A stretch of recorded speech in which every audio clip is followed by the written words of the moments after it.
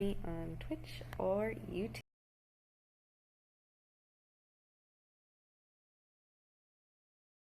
So we're going to do post this link to this free code camp that I'm using.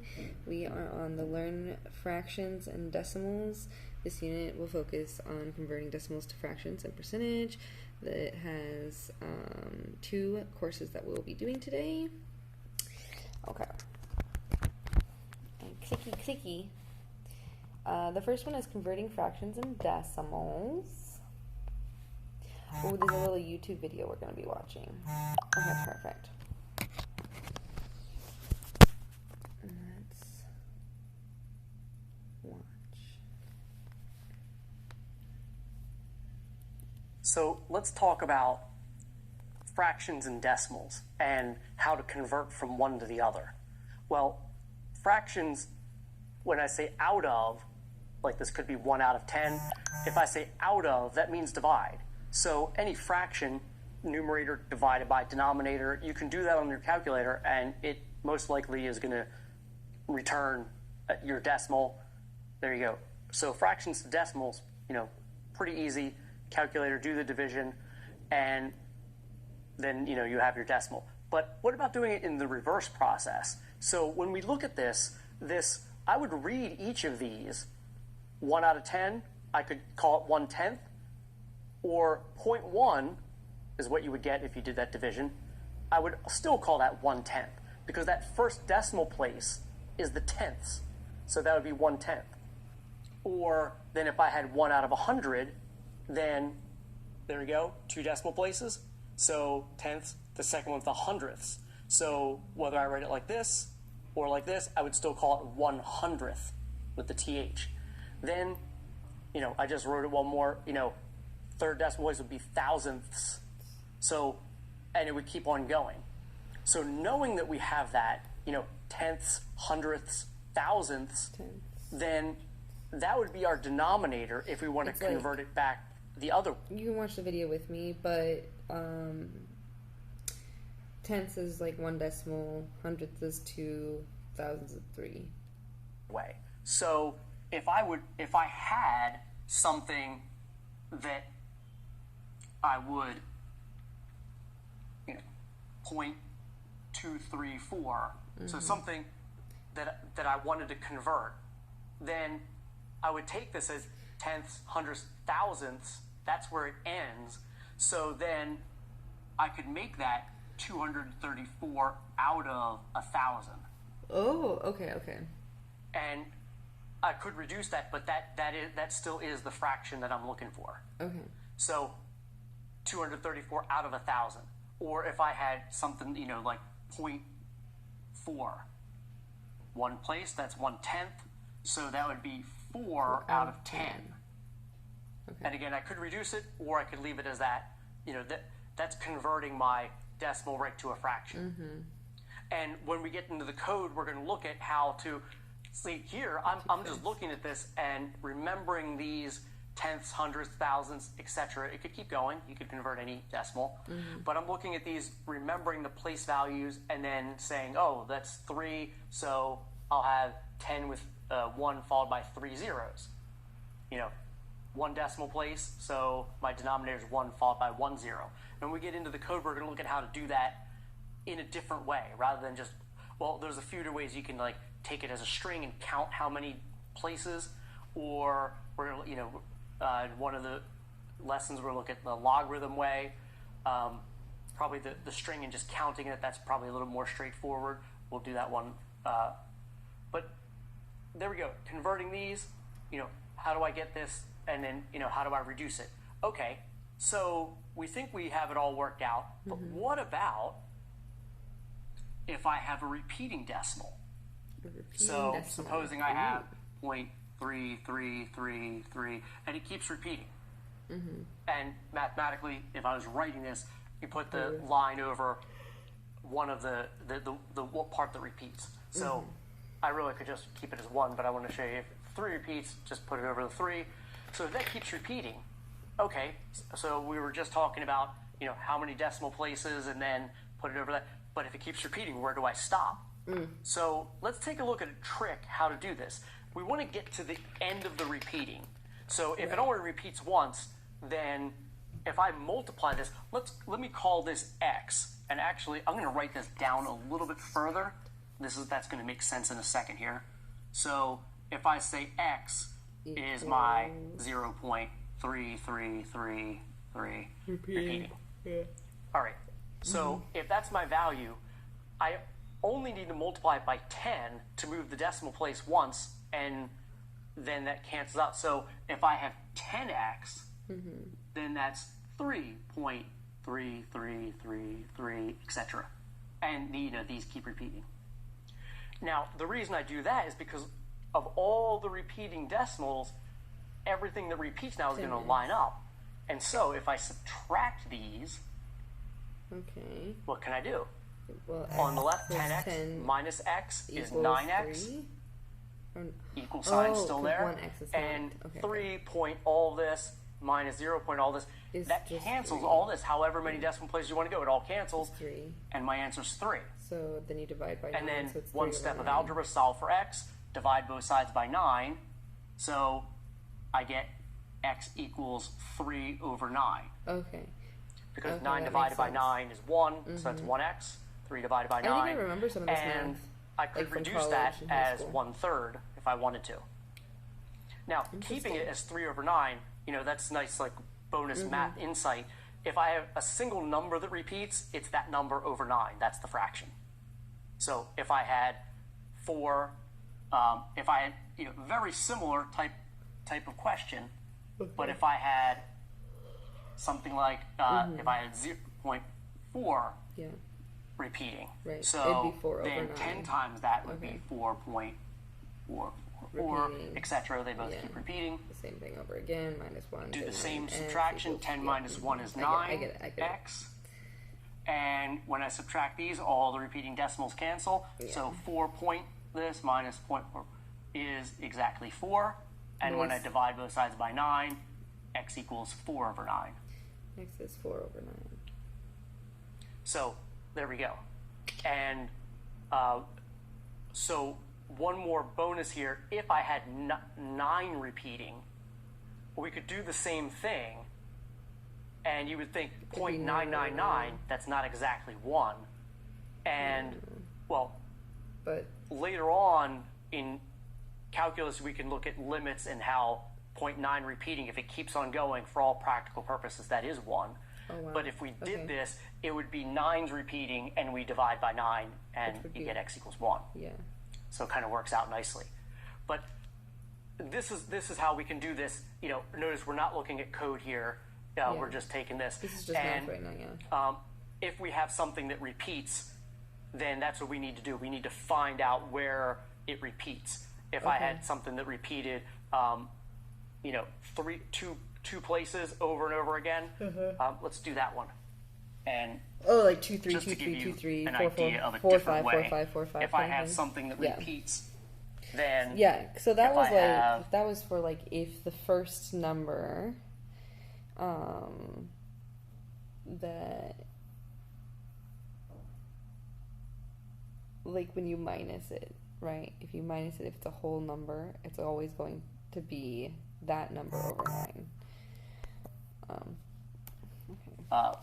So x equals 0.090909, something like that. And it's the 09 that repeats. So I need to multiply it by 100 to line it up. So 100x. Because it's 0. Because and that so would you move can't, the decimal place twice. times 10 would be 0.9. It'd be 0.090909, etc. So when I do that, now same method. If I subtract these, that's 99x equals 9, because then that cancels. So then x equals 99, 9 over 99. Got it. And fine, perfectly acceptable answer, but we can reduce this divided by 9, so that's 1 out of 11. 1 out of 11. Cool. We'll get into reducing fractions and also the code for that too.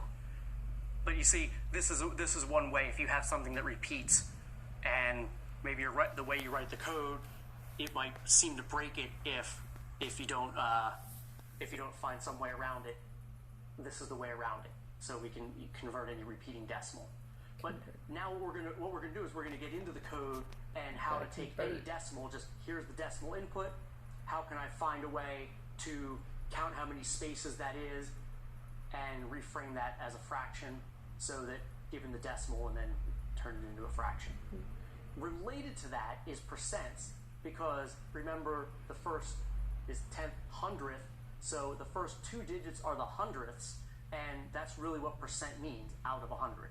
Out of 100. So cool. Percent is all the same thing, and then just I'm always looking at the first two decimal places. That's my percent. So, very similar, but just the first two decimal places. So let's take a look at the code, and we'll see. Yeah, coding time.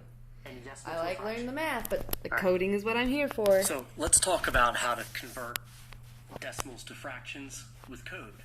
And first, we'll get some background here because this is going to be useful. So if I have 10 two different exponents, let's take a look at the positive exponents.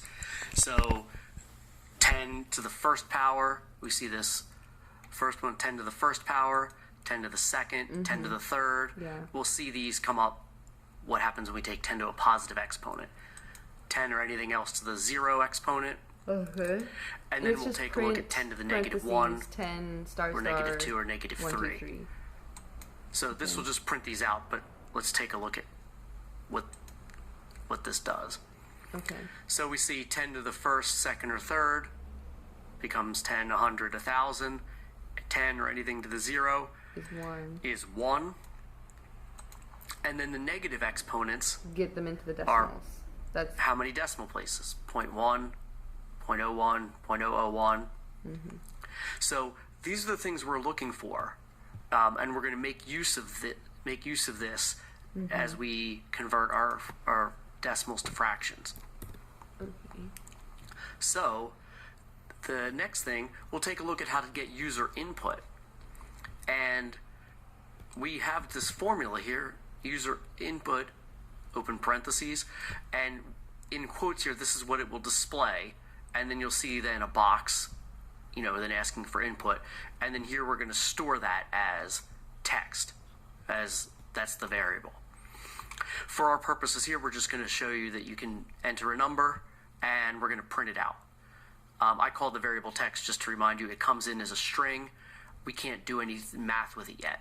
But one of the things I can do, any string, I can figure out the length of that string. So we're just going to print that out. And I just have, again, this comment here. If I tried to do math with it, then there would be an error. So let's take a look. So you see, enter a number. And then if I had a number with a decimal, like 0.123, I hit enter. You see 0.123, the length of it is 4 because as a string, these are 4 characters. The decimal point counts as 1 character.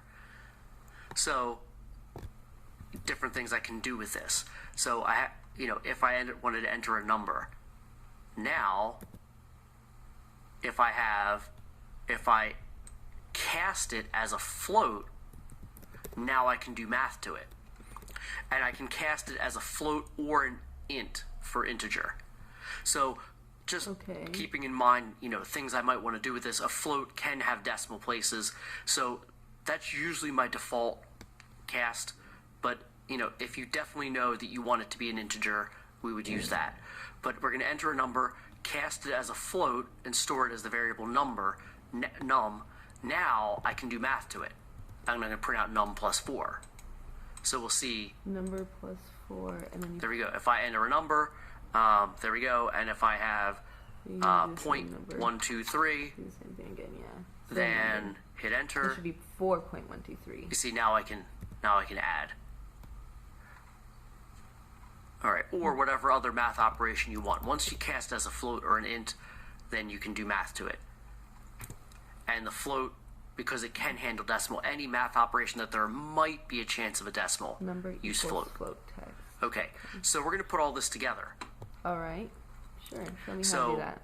Oh, converting this input, Coding. which will come in as a decimal. So I'm going to take this input, and here's what I'm going to print out. Input. Enter a decimal number to convert.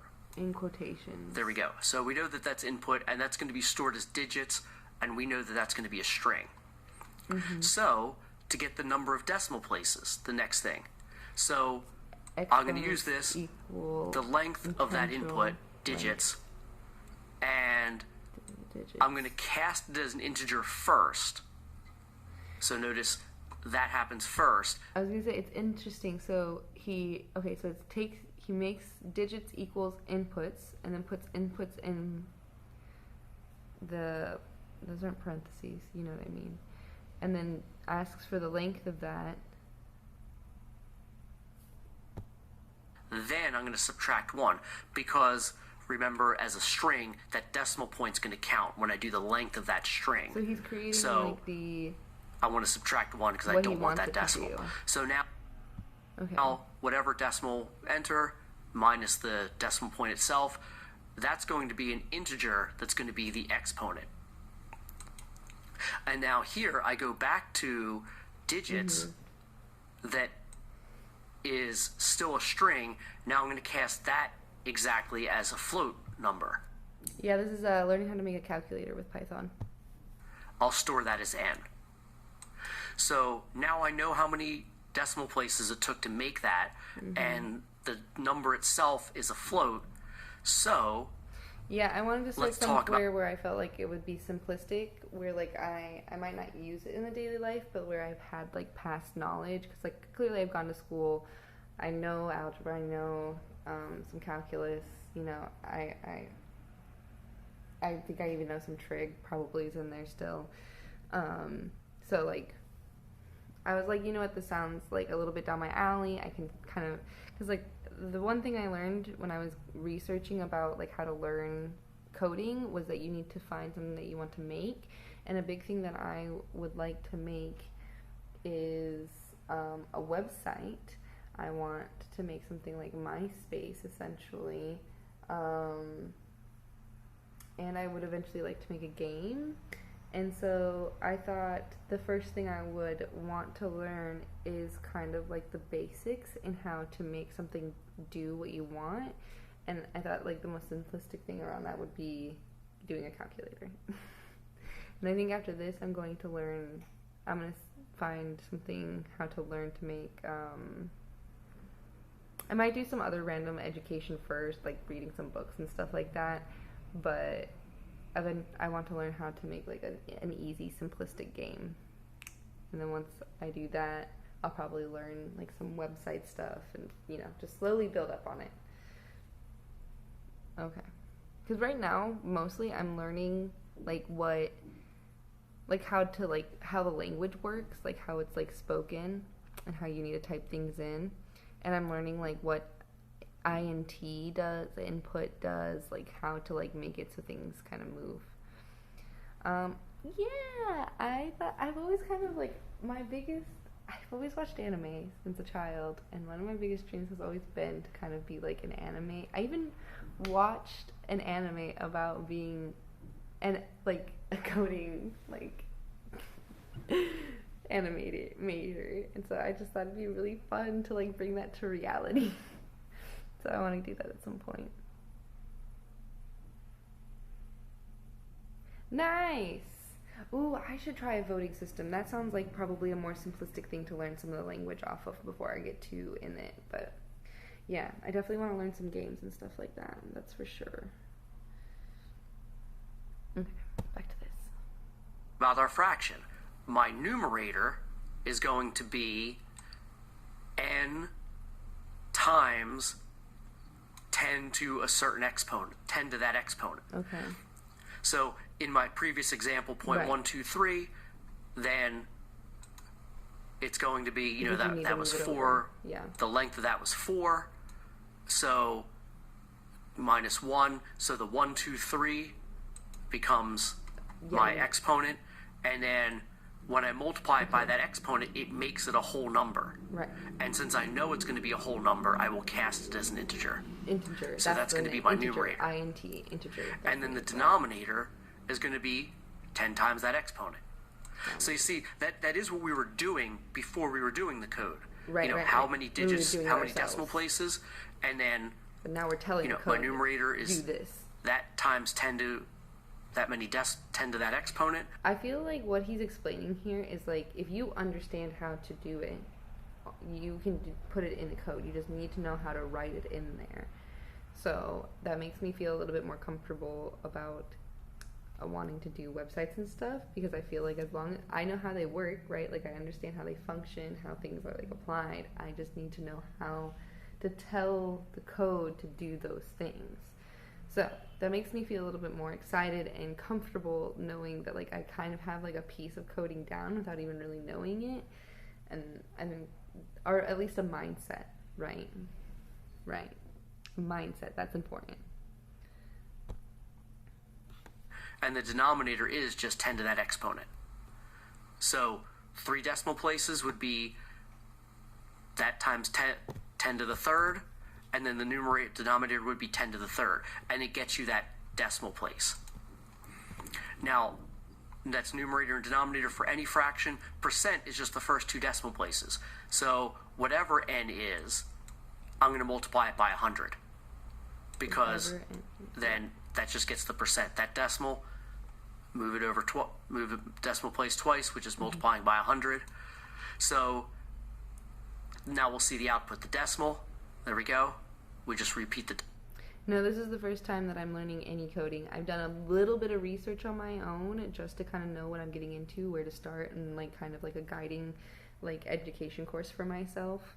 But no, I've never tried doing this before. Decimal again, the fraction, numerator, and I'm just going to print this out to show you its numerator. Though I saw like Python has always like continuously been the thing that people are like, yeah, this is a great way to start, is right there. But I eventually want to learn C++. Like that's my biggest goals. Okay. Over denominator, and then the percent, and then I'll print out the percent symbol. There we go. Okay. This, remember, in math means something else, but here I'm putting it in quotes, so it'll just be the percent symbol. Okay. So we're going to enter a decimal number to convert, and there we go. 125. 125. Enter. 0.125. There we go. Oh, the decimal. Okay. 0.125, and then the fraction is 125 out of 1,000. Oh, that's wow. correct, and the percent's 12.5. Dude, and we can run this so again cool. and do this for however many decimals we want. Whatever we like. 0.2. Mm-hmm. Enter.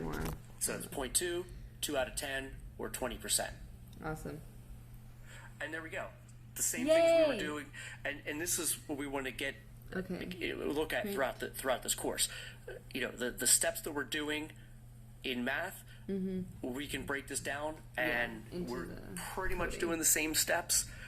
But then now once we have this written in code, then do the you have a formula that you can reuse. Okay, I'll bring up this script here, and I'll be able to convert any decimal to a fraction. There we go.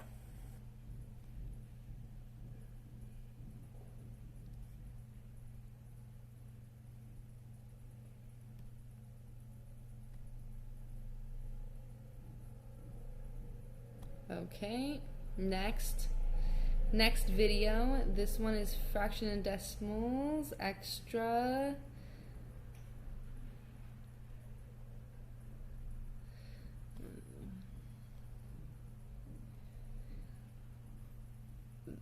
Okay, this one is 14 minutes.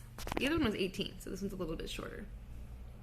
Now that we've worked through the core skills in this unit, let's look through some extra problems, and I'm going to work through extra problems using the Colab notebook, so you can see how you can apply these resources that you're building and use these to solve problems that might come up in a textbook or in day-to-day life. So we're going to go through some more extra problems here. So now I want to show you how to put together your own calculator. This is what we're talking about here. You're making resources for yourself.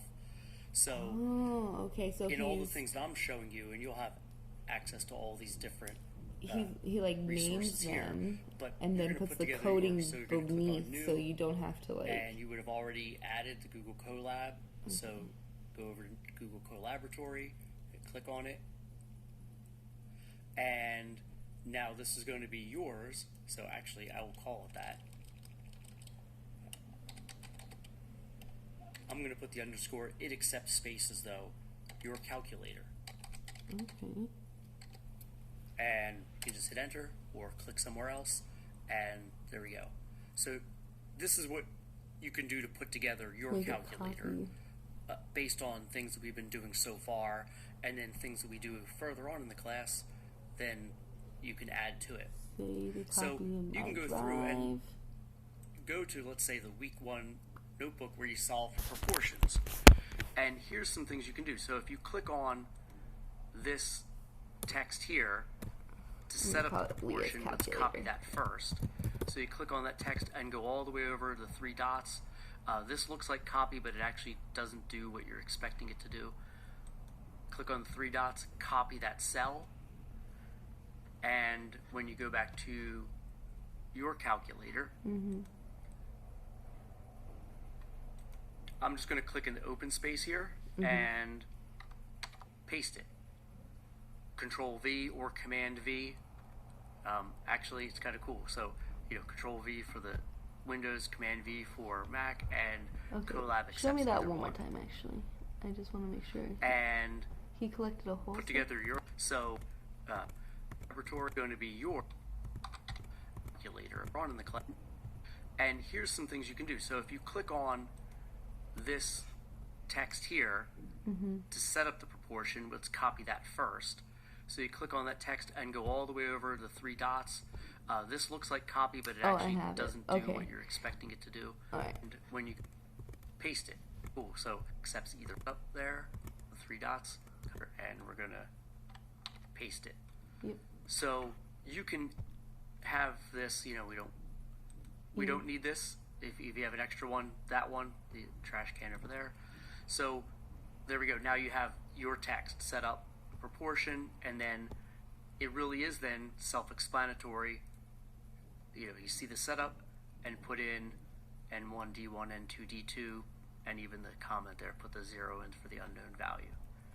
So you can go through each of these. Then if we look at week 2, now we were doing a lot of things for solving for X, and maybe you don't need to do the simplest one. Maybe you like the prompting, you can include that. Doing more with the solution, how we split it up. Now, I like this one, so that might be the one that I copy as one of them. And what you can do is, click on here, because notice this one, I personally like this one. It prompts for the input, already showing that it's something equal to 0. There we go, we already have X as the symbol, and then this also prints out multiple solutions if you have them. So this is nice. We can copy this, and when you go back into yours, now if I just paste this, that's great. I actually don't need that. And notice, by the way, right now he's just showing how to build your own calculator based off of the one that he's already provided. I wanted it to be. So watch what we can do here. I'm going to click in here and use these arrows. I'm going to move it down, and actually down one. Oh, he's showing how to kind of move things around. But I kind of already knew that. I it's kind of intuitive when you're in there, the arrows and everything. It's kind of very intuitive. But he's just kind of showing how to go to work through using the system. Now we wanted some text in there, so you're gonna add right above it you hover there, there's a text. Add text, I knew that. Solve for X. Maybe I'll just add that text there. Yeah. So maybe he did add it. There's more from that week. So we have that. That's nice. Now this solve in other ways, that was pretty good. And then notice there's also factoring. Right. So you could include something like this, solve in other ways, or factor. But you have them both, so why not just use them factor? Now I might include this because you'll see we'll come back to the one of the other ones. So if we copy this, Mm-hmm. and this is just factor when there's, nothing else to solve. You see? So maybe we'll copy this cell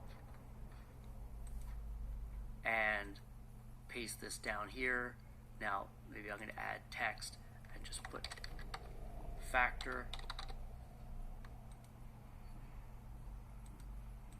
and down here, then I will paste it.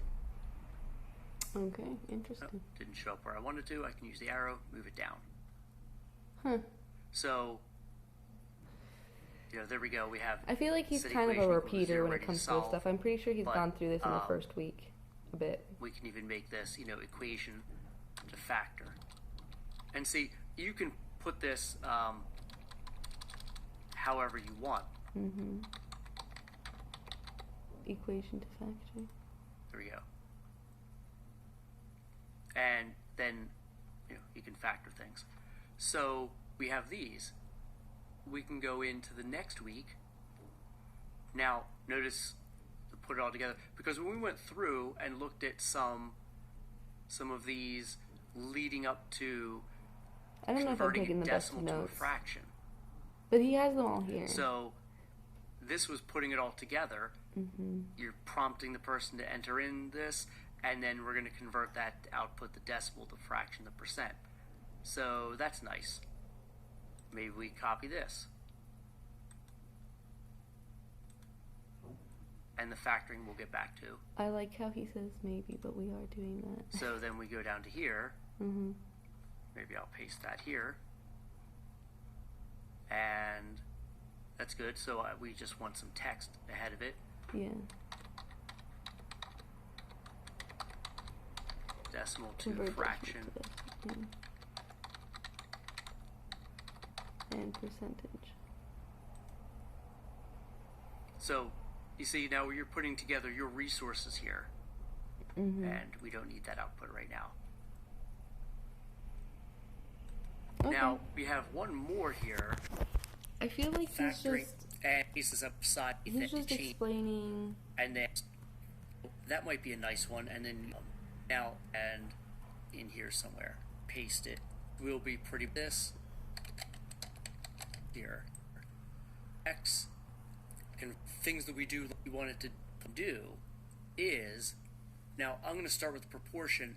I like so what right around here you could there's multiple ways to do this. You could insert, you go up to the top, insert Mm-hmm. a section header cell. Okay. So I'll do it one way this way. I'll do insert section header cell, and actually I want that above. So, Okay. and notice this, when you double click on this, you see some of this. These text boxes accept HTML, look at that, the BR to split the line, and they accept LaTeX, which is how to format various things, fractions, formulas, all kinds of things. So I see that. I've noticed that when I was messing with it, I clicked in on it this and new then it would come section, up. and you see, because it's in this text part, that's not a comment in Python, it's the new section, and I might just make this proportions. What is he did hashtag proportions? It's changed it so like, or maybe it Okay, just. so I think that's how you create like if okay, that's a good thing to notice. So like he went up into file, edit, view, insert, went insert and brought this up. But when he typed in here, I saw that he said it brought up a hashtag and then he wrote proportions. So I think if you add text and say hashtag in front of it, it will automatically insert it as this. So I think that's a good thing to recognize. now, you see, it takes that and all these cells become a part of that section. I don't want that. But what I want to do is,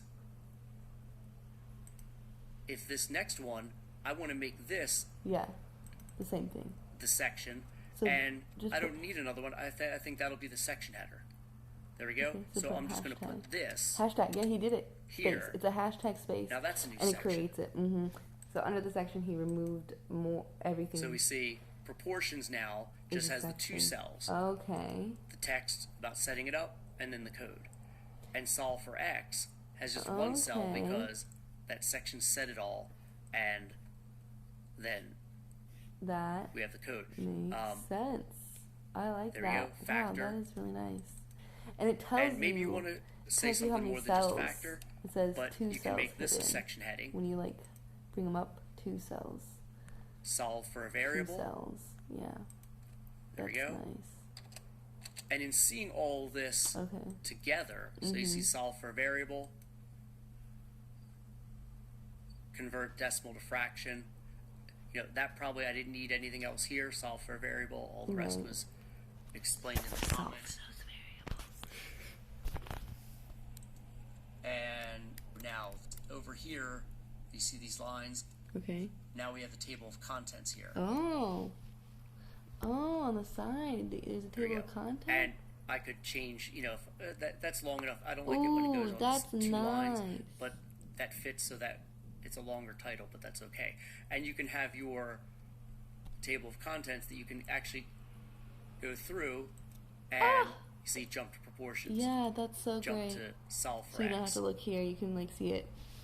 That's really smooth. Different things. Yeah. And in the view, this is cool. You could change the view to collapse sections. Okay.